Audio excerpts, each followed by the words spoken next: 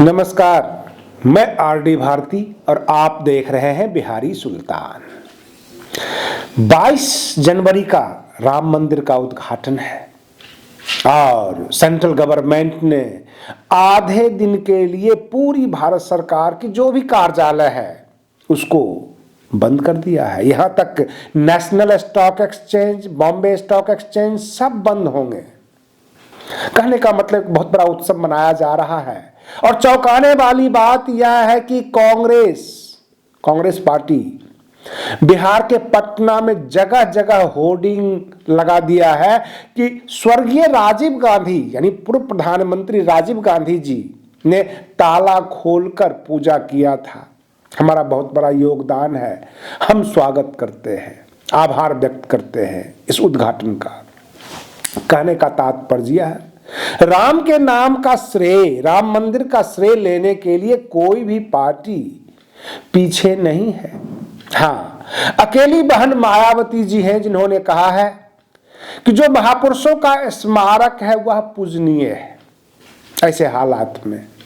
और उधर उत्तर प्रदेश में जो इंडिया गठबंधन का जो फॉर्मूला है सीट शेयरिंग का करीब करीब फाइनल हो गया है, जिसमें 50 सीट पर समाजवादी पार्टी चुनाव लड़ने जा रही है और 30 सीटों पर बाकी दल, जिसमें 30 सीट में 7 सीट तो आरएलडी को दिया गया है और 15 से लेकर 17 सीट तक कांग्रेस चुनाव लड़ेगी। अभी कंफर्म नहीं हो पाया है, जिसमें पल्लवी पटेल को भी सीट दिया जाएगा। आजाद समाज पार्टी के मुखिया चंद्रशेखर आजाद 3 सीट मांग रहे थे, लेकिन संभवतः उन्हें 2 सीट दिया जाएगा। इस तरह से छोटे छोटे दल को भी शामिल करने की पूरी कोशिश की गई है, जिसमें महान दल भी शामिल हो रहे हैं। और पल्लवी पटेल जो कि सोनेलाल पटेल की पुत्री है और इनका अपना दल कमेरावादी है, उनको भी 2 सीट मिलेगा। तो इंडिया गठबंधन जो बनी है फिलहाल, जो बगैर बसपा का, वह बसपा की भरपाई करने की पूरी कोशिश में है। वो ये चाहती है किसी तरह चंद्रशेखर आजाद को पूरा इस्तेमाल करके बहन मायावती जी की कमी को पूरा किया जाए, दलित वोट पर अधिकार अपना जमाया जाए और इस तरह से इस बार 2024 के लोकसभा चुनाव में, खास करके उत्तर प्रदेश में, चंद्रशेखर आजाद इंडिया गठबंधन के द्वारा पूरी तरह से यूज किए जाएंगे, पूरी तरह से उपयोग में लाए जाएंगे, किसी तरह से SC ST वोट पर कब्जा पा सके। और एक विकल्प के रूप में जो बहन मायावती जी अब्सेंट हैं इंडिया गठबंधन में, तो उनके जगह विकल्प के रूप में चंद्रशेखर आजाद को रखा जाए। हम आपको बता दें, बहुत सारे जर्नलिस्ट जिन्होंने पिछले 30 साल से बहुजन समाज पार्टी का उत्थान और पतन दोनों देखा है, उन लोगों ने बायोग्राफी भी लिखा है बहन मायावती जी के ऊपर। मान्यवर काशीराम जी के बारे में भी बताते हैं और वो बायोग्राफी, वो किताबें बाजार में उपलब्ध है, आप पढ़ सकते हैं। उन बायोग्राफी में जो मायावती का जो है डाउनफॉल भी दिखाया गया है और अप भी दिखाया गया है। कहने का मतलब यह कि फॉल में ऐतराज हुआ, जो बहुजन समाज पार्टी के कार्यकर्ता है उन्होंने भी ऐतराज किया, बहन मायावती जी ने भी ऐतराज किया कि बसपा का भी फॉल नहीं आया है। फॉल का मतलब बसपा भी खत्म नहीं हुई है, नीचे गिरी नहीं है। लेकिन जो पत्रकार है, जो राइटर है, उन्होंने ये बताया है कि 30 सालों में यानी 1994 से लेकर 2024 के बीच में सबसे ज्यादा कम मत प्रतिशत 2022 का था, जिसमें 13% वोट आया और 1 विधायक चुनाव जीते बसपा का। इससे ज्यादा बुरा दिन बसपा का कभी नहीं था। इस बार बहन मायावती जी ने अकेले चुनाव लड़ने का फैसला लिया।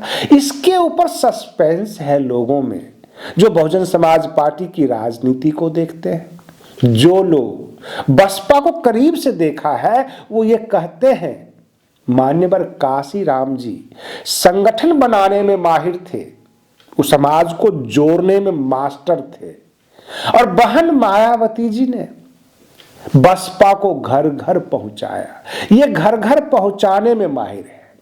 लोगों का यह भी कहना है, जो पुराने जर्नलिस्ट हैं वो ये कहते हैं कि मान्यवर काशीराम मीडिया वालों से घंटों घंटों बात करते थे। बहन मायावती जी मीडिया वाले को टाइम नहीं देते, बस सीधे कहते हैं काम की बातें करो, ज्यादा बातें नहीं करनी। इस तरह से बहन मायावती जी आम जनता से दूर होती गई। बहन मायावती जी में एक और कमी रही, वो सेकेंड जनरेशन को ऊपर नहीं ला पाई।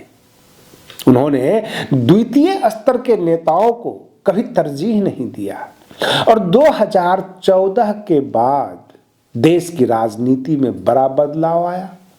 इस बदलाव के वजह से बसपा को अच्छा खासा नुकसान हुआ है। आपको बता दें कि इसके ऊपर भी विश्लेषण हुआ है कि 2007 से 2012 के बीच जो ब्राह्मणों ने सपोर्ट किया था और जब बहन मायावती जी पूर्ण बहुमत में आई थी, तो ब्राह्मणों ने इसलिए सपोर्ट नहीं किया था कि बहुजन समाज पार्टी से ब्राह्मणों को प्रेम था। ब्राह्मणों ने इसलिए सपोर्ट किया था कि सपा का विकल्प बसपा है, यानी सपा से तंग आकर उनकी गुंडागर्दी हो या अयोग्य शासन हो, इससे तंग आकर बसपा को आगे बढ़ाया था। लेकिन 2007 से 2012 के बीच जो शासन काल रहा, ना ब्राह्मण बसपा के तरफ एकजुट हो पाए और ना ही बहुजन। दोनों में से किसी एक का बहुत बड़ा रुझान नहीं आया और उसका रिजल्ट ये हुआ कि 2012 में बहुजन समाज पार्टी चुनाव हार गई। अब रही बात ये कि बहन मायावती जी 2024 का लोकसभा चुनाव लड़ने जा रही हैं, वह भी अकेले। तो सवाल यहां पर यह उठता है कि इंडिया गठबंधन ने विकल्प के तौर पर चंद्रशेखर आजाद को यूज करेंगे, उपयोग में लाएंगे। छोटे छोटे दलों को गठबंधन करके किसी तरह इसकी भरपाई की जा रही है। इसमें तो यह भी कहा जा रहा है कि नीतीश कुमार की जो पार्टी है जदयू, उनको भी 2 सीट दिया जाएगा इंडिया गठबंधन में, और वह भी उत्तर प्रदेश में। अब यहां पर सवाल यह उठता है कि बहन मायावती जी अकेले चुनाव लड़ने का खुद फैसला लिया या इंडिया गठबंधन ने उनको जगह नहीं दिया, कहीं से कोई ऑफर नहीं मिला और मजबूरी बस उन्होंने ऐलान किया। बहुजन समाज पार्टी का जनाधार गिर रहा है और 2024 का लोकसभा चुनाव में बिल्कुल समझ में आ जाएगा, पता लग जाएगा कि अकेले चुनाव लड़ने से इनका जनाधार बढ़ता है या घटता है। लेकिन बहन मायावती जी आम जनता से दूर तो जरूर हुई है, क्योंकि जब आकाश आनंद को उन्होंने उत्तराधिकारी घोषित किया तो बसपा का तर्क यह था कि सेकेंड जनरेशन का लीडरशिप तैयार करना था। बसपा का यह भी तर्क था कि युवाओं को प्रोत्साहन करना था, युवाओं को जोड़ने के लिए आकाश आनंद जी को लाया गया। लेकिन यहां भी 2 फैक्टर है। कहने का मतलब यह है कि जो युवा लीडरशिप है, युवा नेतृत्व है बसपा में, सपोर्टिंग लीडरशिप है और मेन लीडरशिप तो अनुभवी लोगों के हाथ में है। जैसे कि बहन मायावती जी ने खुद कह दिया कि हम अभी रिटायर नहीं हुए हैं, बसपा को हम लेकर चलेंगे। कहने का मतलब बसपा की वो इंचार्ज अभी भी हैं और आखिरी सांस तक रहेंगी। तो इसका मतलब यह कि जो युवा नेतृत्व है उसके हाथ में फुल कमान अभी भी बसपा में नहीं है। जैसे कि कांग्रेस में राहुल गांधी जी जो फैसला लेते हैं वह सबको मानना पड़ जाता है, क्या बसपा में आकाश आनंद जी जो फैसला लेंगे सबको मानना पड़ जाएगा? कई जगह तो यह भी तुलना की जा रही है कि कांग्रेस और बसपा एक जैसी है। कहने का मतलब यह है कि कांग्रेस के नेता राज्यों में या कहीं भी कितना भी उड़ ले, कितनी बड़ी भी योजना बना लें, गांधी परिवार के सामने आकर उनको घुटने टेकना पड़ता है। तो ठीक दूसरी तरफ लोग ये बताते हैं कि बहुजन समाज पार्टी के नेता, चाहे वो गाजीपुर के हों अथवा गाजियाबाद के, वो कितना भी योजना बना ले, कितनी भी तैयारी कर ले, आखिरी फैसला तो बहन मायावती जी ने ही करना है। और बहन मायावती जी को जो मन में आएगा वो करेंगे, इसलिए इन नेताओं को उड़ने का कोई फायदा नहीं। जैसे कांग्रेसी नेताओं को ज्यादा उड़ने का कोई फायदा नहीं, क्योंकि जो फैसला गांधी परिवार लेगा वही उनको मानना पड़ेगा। और इधर बसपा में भी जो फैसला बहन मायावती जी लेंगी वो मानना पड़ेगा। जबकि मान्यवर काशीराम जी के समय में संगठन में मजबूती थी, हर वर्ग के लोग उस संगठन में घुसे हुए थे। कहने का मतलब यह कि बहुजन समाज का जो है निर्माण किया गया, जिसमें SC, ST, OBC, माइनॉरिटीज। अभी मैं आपको बता दूं कि माइनॉरिटीज यानी अल्पसंख्यक के बहुत सारे नेता बसपा में थे।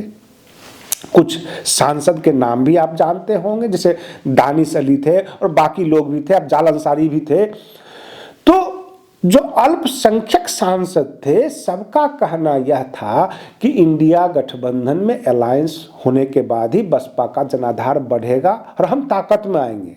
बहन जी को यह सही नहीं लगा। उत्तर प्रदेश के इंडिया गठबंधन में समाजवादी पार्टी एक बड़े भाई की भूमिका में आकर सीटों का बंटवारा का ऐलान तो कर दिया, लेकिन अभी यह फाइनल नहीं हुआ है कि किस सीट पर कौन कौन से लोग लड़ेंगे। कहा तो यह भी जा रहा है कि चंद्रशेखर आजाद की जो पार्टी है, आजाद समाज पार्टी, वह यह कह रही है कि हम अपने पार्टी के सिंबल पर चुनाव लड़वाएंगे। लेकिन समाजवादी पार्टी और RLD यह भी कह रही है कि 2 सीट तो आपको दिया, लेकिन आप हमारे सिंबल पे ही चुनाव लड़वा लें। कहने का मतलब यह है कि फिर पार्टी को कोई फायदा नहीं हो पाएगा अगर पार्टी के सिंबल पे चुनाव नहीं लड़े गए तो। भले ही चंद्रशेखर आजाद के अंडर में 2 सांसद आ जाएंगे अगर चुनाव जीते तो, लेकिन अगर पार्टी के सिंबल पर चुनाव नहीं लड़ा जाएगा तो पार्टी को किसी प्रकार का कोई फायदा होने वाला नहीं है। और इसलिए आजाद समाज पार्टी अड़ी हुई है कि हम अपने सिंबल पर ही चुनाव लड़वाएंगे। पल्लवी पटेल को भी जो है टिकट दिया जाएगा, 2-3 टिकटें जो है वो भी मांग रहे हैं। और नीतीश कुमार के जरिए कुर्मी वोट साधने की तैयारी है उत्तर प्रदेश में। सुना तो यह भी जा रहा है कि फूलपुर लोकसभा जो है वहां से नीतीश कुमार खुद लड़ने वाले हैं। और यह खबरें संपूर्ण सत्य नहीं है, क्योंकि कभी खबरें निकल कर आती है, कभी उसके ऊपर जो है मिटा दिया जाता है कि नीतीश कुमार की कोई कंफर्म नहीं है कि वो खुद लड़ेंगे या अपनी पार्टी को किसी भी नेता को लड़वाएंगे। अब प्रश्न यह उठता है कि बहन मायावती जी का जो पार्टी है बहुजन समाज पार्टी, क्या पूरी तैयारी के साथ 2024 का लोकसभा चुनाव लड़ने जा रही है, या 80 के 80 लोकसभा सीट पर केवल नाम मात्र नामांकन होगा और कैंडिडेट दिए जाएंगे? यह सबसे बड़ा प्रश्न है। और रही बात ये, जो ट्रेडिशनल राजनीति है, परंपरागत राजनीति है, वह अब रही नहीं। 2014 के बाद नरेंद्र मोदी जी ने राजनीति की रूपरेखा बदल दी। कॉरपोरेट चुनाव में कूद जाता है, जो कैंडिडेट है उसके ऊपर अच्छे खासे रकम खर्च किए जाते हैं, और अर्थाभाव में बहुजन समाज पार्टी कई बार पिछड़ जाती है, पूरी तरह से प्रचार भी नहीं कर पाती।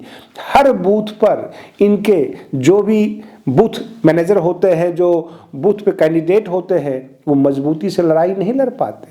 कहने का मतलब यह कि हर जगह पोलिंग एजेंट देना, उसके ऊपर एक अच्छा खासा खर्च आता है। हम मान लेते हैं एक लोकसभा में अगर 1500 बूथ आता है, 2000 बूथ आता है, तो 2000 पोलिंग एजेंट का होना जरूरी है। और 2000 पोलिंग एजेंट का मतलब है कम से कम 20 लाख रुपए केवल पोलिंग एजेंट पर। चुनाव खर्चीली हो गई है, बाकी प्रचार प्रसार को अलग कर दीजिए। कहने का तात्पर्य यह कि एक एक कैंडिडेट पे कम से कम 50 लाख 60 लाख रुपए का खर्च आता है चुनाव में। क्या बहुजन समाज पार्टी के पास खर्चीले कैंडिडेट हैं जो अच्छा खासा रकम खर्च कर सके चुनाव में? क्या बहुजन समाज पार्टी की पूरी तैयारियां हैं, अथवा केवल फॉर्मेलिटीज के लिए कैंडिडेट को उतार दिए जाएंगे? यह तय है कि बसपा अगर मजबूत नहीं हुई तो केवल वोट काटने वाली पार्टी बनकर रह जाएगी और इसका प्रतिशत भी गिरेगा।